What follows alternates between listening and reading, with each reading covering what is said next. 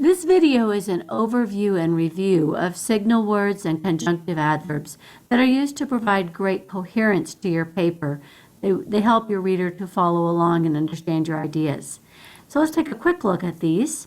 As I said, they help readers to understand your thoughts, reasons, and logic. They work like turn indicators when someone's trying to follow your ideas, and they give coherence to your paper. These are some common conjunctive adverbs. Take 10 seconds, take a look at the list, and look for some that you could be adding to your vocabulary, to your regular writing usage.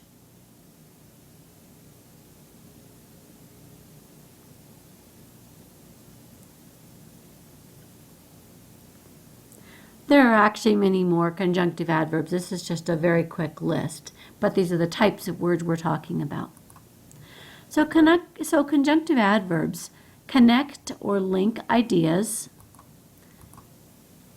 and they typically go at the beginning, middle, or the end of a single sentence.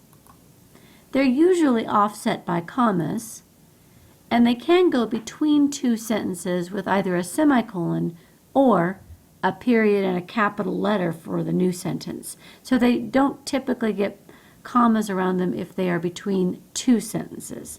So let's take a look at each of these. Conjunctive adverbs connect and link ideas.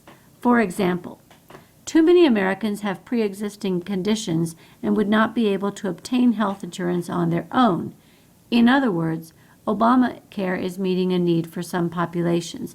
And our conjunctive adverb here is the in other words phrase that connects the idea that too many Americans have pre-existing conditions with the idea that Obamacare is meeting it. This is a restatement of this idea, or a putting of the previous idea into context. Another example, edible marijuana products have proven popular among some Colorado consumers. Nevertheless, concerns persist about the regulation and safety of these products. So this conjunctive adverb here is an example of a negation or a contradiction or a change in direction. So conjunctive adverbs can go at the beginning, middle, or end of a single sentence. For example, this quotation from Richard Bach uses the conjunctive adverb however, which can be placed in 3 different places. And in the original, it was placed at the end with commas around it. You are never given a wish without also being given the power to make it come true. You may have to work for it, however. Or, you are never given a wish without also being given the power to make it come true. You may, however, have to work for it. Or, you are never given a wish without also being given the power to make it come true. However, you may have to work for it. And you can see how the placement in these different locations shifts the rhythm of it and may shift the emphasis of your sentence. But conjunctive adverbs can be placed in a lot of different locations. And finally, they are offset by commas. So if you look at this example, quotation from Gary Ryan Blair, learning is about more than simply acquiring new knowledge and insights. It is also crucial to unlearn old knowledge that has outlived its relevance. Thus, comma, forgetting is probably at least as important as learning. There's encouragement for you today. And in another example, another rephrasing of that, forgetting, comma, thus, comma, is probably at least as important as learning. So where you have conjunctive adverbs, you're probably going to have commas that separate them from the main ideas that they're explaining. And lastly, conjunctive adverbs can go between two sentences with a semicolon or a period capital letter, but not with commas. So in a few examples here, we have a quote from Yogi Bear, always go to other people's funerals, semicolon, otherwise, comma, they won't go to yours. That same sentence can be written, always go to other people's funerals, period, otherwise, capital letter O, otherwise, comma, they won't go to yours.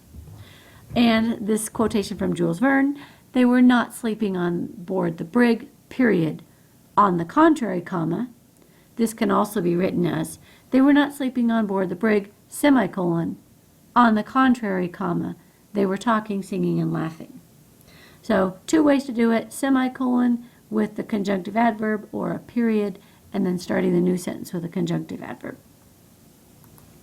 So signal words include conjunctive adverbs and other phrases. They also connect ideas and they serve many of the same purposes as conjunctive adverbs. They may show continuation. I'm going to give you more of the same idea. Change of direction. I said this, but now I'm going to contradict myself. Sequence, to show the order of ideas, first, second, third. Illustration or example, i.e., I'm really going to explain with a particular example what I'm talking about, proof of concept. Emphasis, in other words, this is what's really important.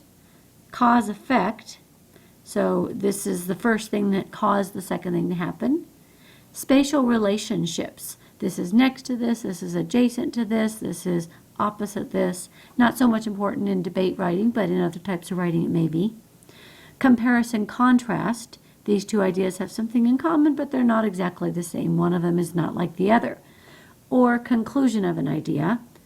Or the fuzz or qualification. This may be true, except in some situations. Yeah, I mean this, but not always. And this is a list of the functions that comes from this website here. And on this website, you'll find a lot of different words that you can use in your writing. Some of those examples include these. Take 2 seconds to 10 seconds to take a look at this list and find some words that you might be able to use more often in your writing.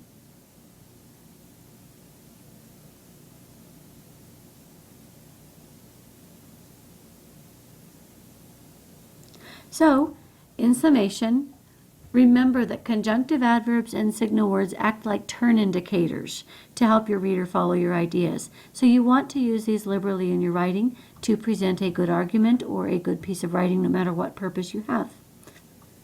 And that's it.